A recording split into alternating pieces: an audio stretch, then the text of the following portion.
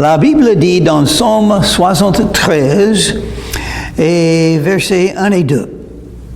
Psaume d'Asaph, oui, Dieu est bon pour Israël, pour ceux qui ont le cœur pur. Toutefois, mon pied allait fléchir, mes pas étaient sur le point de glisser. Prions. Merci Seigneur pour la parole de Dieu. Merci que tu nous aimes et que tu nous pardonnes de tous nos péchés. Merci pour la vie éternelle. Et donc on te prie Seigneur que nous puissions glorifier ton nom, penser à toi et te préparer à vivre par la foi en toi. Dans ton nom je te prie, Jésus. Amen. Oui, Dieu est bon pour Israël. Dieu est bon et il n'a que la bonté. Dieu donne de bonnes choses, il fait les bonnes choses pour tous les habitants de la terre et surtout pour les croyants. Heureusement pour nous, Dieu est bon. Souvent, les hommes sont méchants. Bien sûr, le diable est méchant, mais Dieu est bon. Donc, nous sommes heureux, nous sommes bénis parce qu'il est bon. Il donne des cadeaux, des dons à tous parce qu'il est bon. Il nous aime parce qu'il est bon. Il nous a fait des promesses parce qu'il est bon. Et nous avons la Bible parce que Dieu est bon. Pour ceux qui ont le cœur pur, donc il faut être purifié de vos péchés à l'intérieur. Parce que le vrai christianisme, c'est une relation avec Jésus. On peut recevoir Jésus-Christ dans son cœur et vous serez purifiés. Si nous confessons nos péchés, il est fidèle et juste pour nous pardonner et nous purifier de toute iniquité. Comment avoir un cœur pur? Cherchez Jésus, invoquez le nom de Jésus. Et ce qui va avec ça, c'est le désir de faire ce qui est juste. Comment faire l'œuvre de Dieu? Déterminer ce qui est juste à faire et fais-le. Parce que Dieu veut qu'on puisse avoir un cœur pur, pas rempli d'impudicité, pas impur, mais pur. Toutefois, mon pied allait fléchir, mes pas étaient sur le point de glisser. Oh, il avait un problème. Malgré le fait qu'il sait que Dieu est bon, malgré qu'il sait que Dieu aime et aide les croyants, ce monsieur qui a écrit ce psaume avait un problème. Car je portais envie aux insensés en voyant le bonheur des méchants. Oh, il a commencé à regarder les êtres humains. Ça, c'est un problème. Il faut regarder Jésus. Verset 1, il parlait de Dieu, la bonté de Dieu, mais il commence à regarder les hommes sur la terre, les méchants, les insensés. Intéressant qu'il appelle les non-croyants un insensé. On est fou. Si on ne vient pas à Jésus, la vie est courte. On va mourir, on va être jugé par Dieu. Il ne faut pas aller au jugement sans Jésus. Et Jésus vous offre la vie éternelle. Il vous offre le pardon des péchés. Il vous offre une vie de sainteté. Et vous allez rejeter tout ça? Vous êtes un insensé, sans doute. Rien ne les tourmente jusqu'à leur mort. Non, il pense, on va lire beaucoup de versets où ce monsieur qui a écrit ce psaume pense à des non-croyants, il regarde leur vie, il pense qu'ils réussissent toujours, n'ont pas de souffrance, ils sont riches, ils sont heureux, mais ce sont des méchants. Mais il n'a pas assez bien réfléchi. Enfin, avant la fin de ce psaume, celui qui a écrit psaume 73 va reconnaître que non, c'est pas vrai. Ce qu'il a compris des méchants, leur bonheur, leur réussite, leur argent, leur santé, leur vie de bien, ils n'avaient pas raison. Oui, je vais les lire. Ils n'ont aucune part aux souffrances humaines. Ils ne sont point frappés comme le reste des hommes. Aussi, l'orgueil leur sert de collier. La violence est le vêtement qui les enveloppe. L'iniquité sort de leurs entrailles. Les pensées de leur cœur se font jour. Ils raillent. Ils parlent méchamment d'opprimés. Ils profèrent des discours hautains. Ils élèvent leur bouche jusqu'aux cieux et leur langue se promène sur la terre. Voilà pourquoi son peuple se tourne de leur côté. Il avale l'eau abondamment et il dit, comment Dieu saurait-il? Comment le Très-Haut connaîtrait-il? Donc, il semble, pendant peu de temps, il semble qu'ils ne sont pas jugés, qu'ils ne sont pas punis, ils ne sont pas châtiés, ils n'ont pas des récompenses pour leur méchanceté. Ils n'ont pas moissonné ce qu'ils ont semé, il semble. Ainsi sont les méchants, toujours heureux. Ils accroissent leur richesse.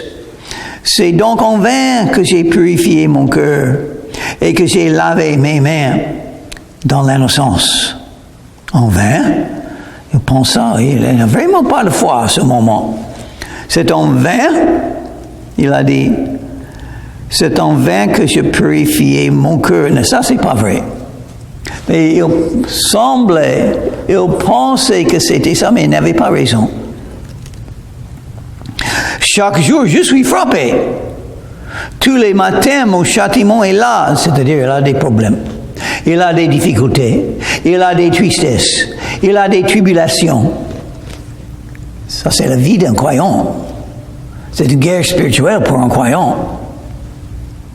Mais un non-croyant n'est pas dans une guerre comme ça. Le diable les a déjà attrapés. Donc, ils ne souffrent pas comme les croyants. Ça, c'est vrai. Ça peut être dans un sens, mais aussi, seulement si on regarde les yeux d'un homme. Si on regarde les gens avec les yeux spirituels, avec la connaissance de la Bible, on verra d'autres choses et il va changer. Si je disais, je veux parler comme eux, voici, je trahirai la race de tes enfants. Donc, il reconnaît, je ne peux pas me joindre avec les méchants. Je ne peux pas trahir la vie de foi que Jésus m'a donnée. Je ne peux pas. Malgré le fait que je souffre, eux, ils vont bien, je ne vais pas aller avec eux. Je ne peux pas. Quand j'ai réfléchi là-dessus pour m'éclairer, la difficulté fut grande à mes yeux. Jusqu'à ce que j'ai pénétré dans les sanctuaires de Dieu et que j'ai pris garde au sort final des méchants. Il faut penser à ça. La vie est courte. C'est la vie après la vie qui est importante, qui durera éternellement. Les gens, vous croyez qu'il y a des gens qui ne souffrent pas parce que ce sont des non-croyants? Même si vous avez raison, en réalité, vous n'avez pas raison.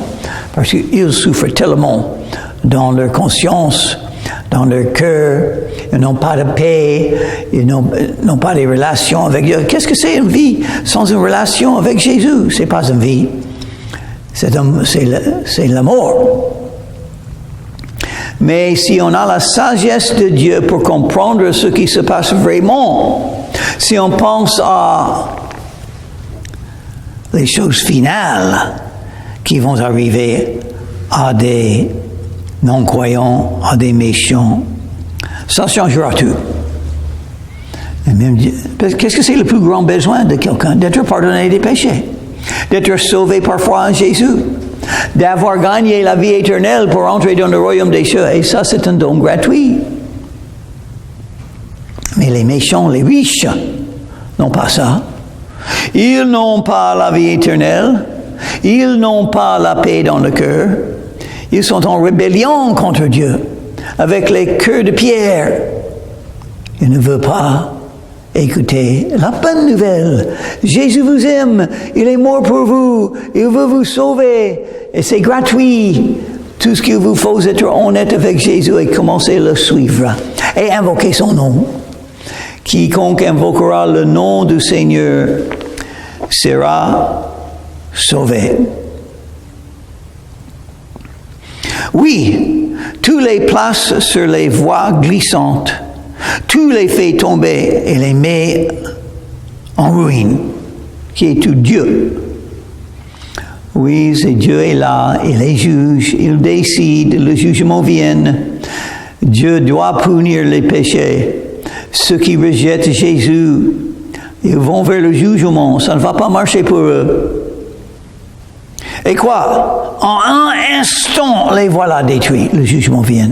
Et quand ça tombe, c'est instantané. Et pas de moyen d'échapper. Et Dieu décide.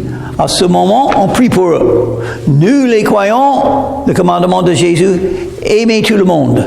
Aimez le voisin comme moi-même. Aimez Dieu avec tout le cœur. Aimez les frères et les sœurs en Christ. Aimez mes ennemis. Aimez mon épouse, oui. Un commandement de faire ça. Donc, pardonne-moi. Mais les méchants, ils vont voir le jugement de Dieu. Ils vont voir la colère de Dieu. Dieu est en colère avec toute iniquité des hommes. Et le jugement vient quand il décide, et ça va arriver. Ils sont enlevés, exterminés par une fin soudaine, comme un songe au réveil. Seigneur, à ton réveil, tu repousses leur image. Lorsque mon cœur s'est grisé et que je me sentis percé dans les entrailles, j'étais stupide et sans intelligence. Ah, voilà. Stupide de penser que tout va bien pour les riches. Ça ne va pas bien pour eux. Le jugement vient. Et ils ne peuvent pas prendre de l'argent avec eux. Tout leur argent sera laissé sur la terre. Et eux seront à côté des pauvres, avec rien de tout en face de Dieu. Qu'est-ce qu'ils vont dire? Qu'est-ce qui va leur arriver? Ils ne vont pas entrer dans le royaume des cieux.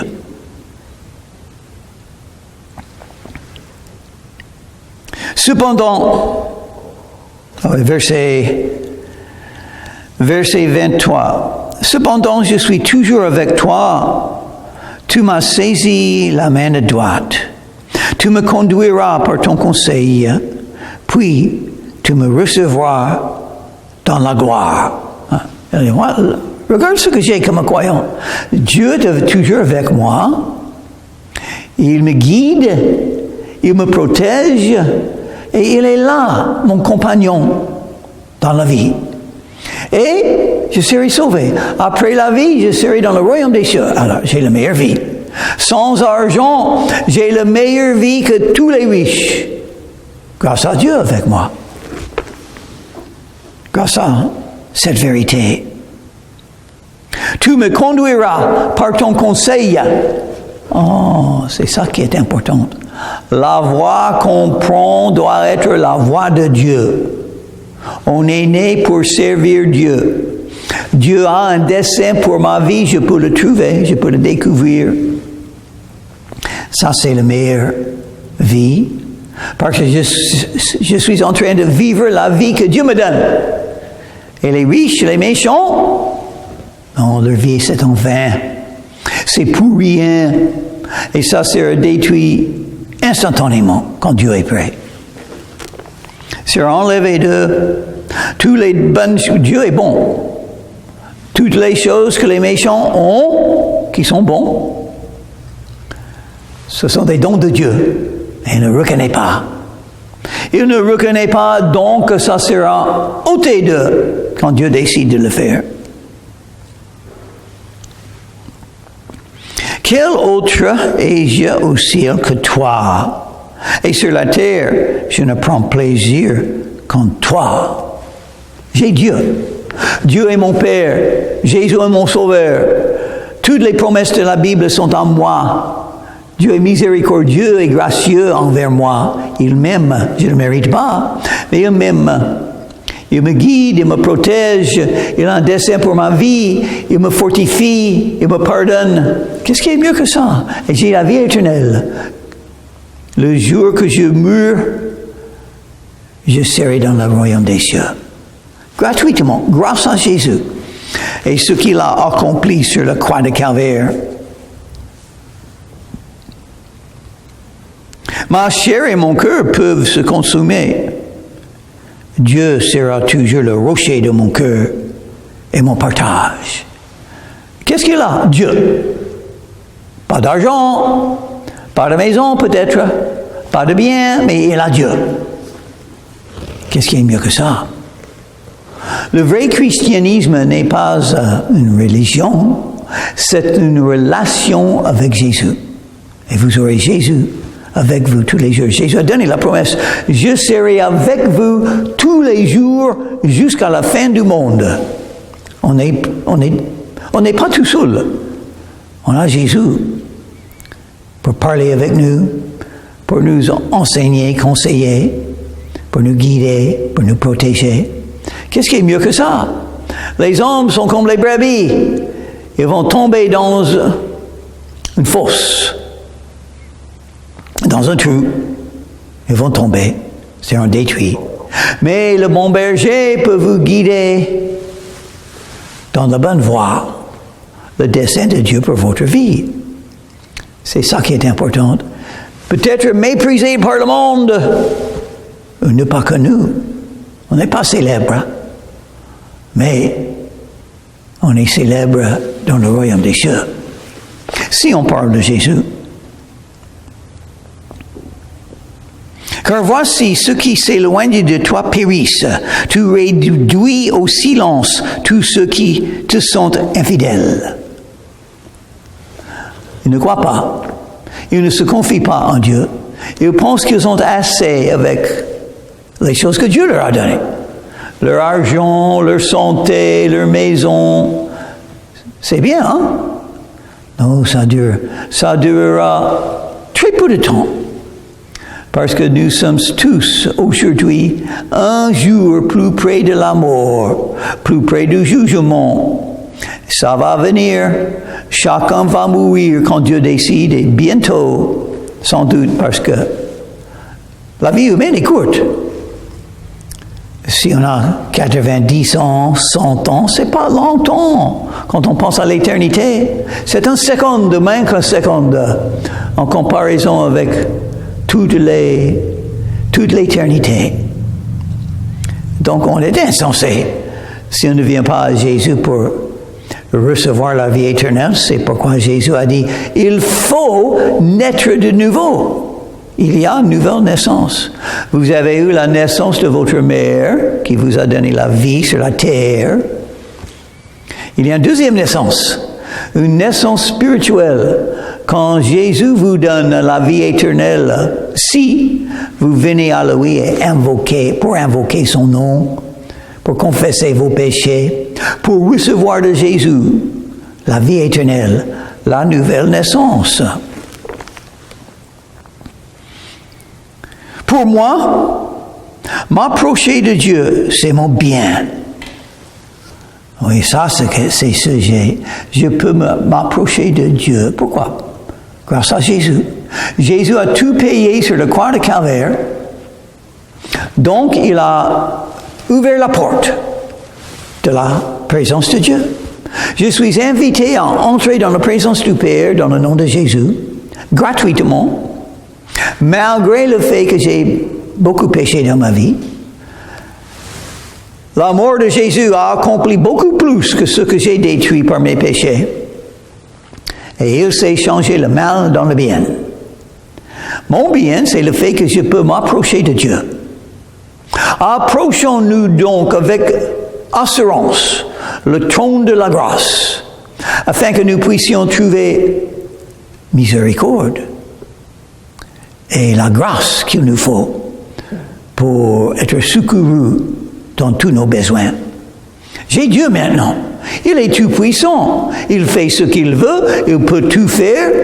Maintenant, je comprends pourquoi la Bible dit, Marc chapitre 9 et le verset 23, « Tout est possible à celui qui croit. » Qu'est-ce que ça veut dire croire? Ça veut dire se confier. Je me confie en Dieu, et puis Dieu m'aime, il exauce mes prières, il fait ce qui est mieux pour moi dans la vie, il fait même des miracles.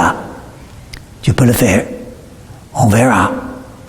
C'est bien la vie chrétienne, la vie de foi. Jésus a même dit, vous ne m'avez pas choisi, c'est moi qui vous ai choisi.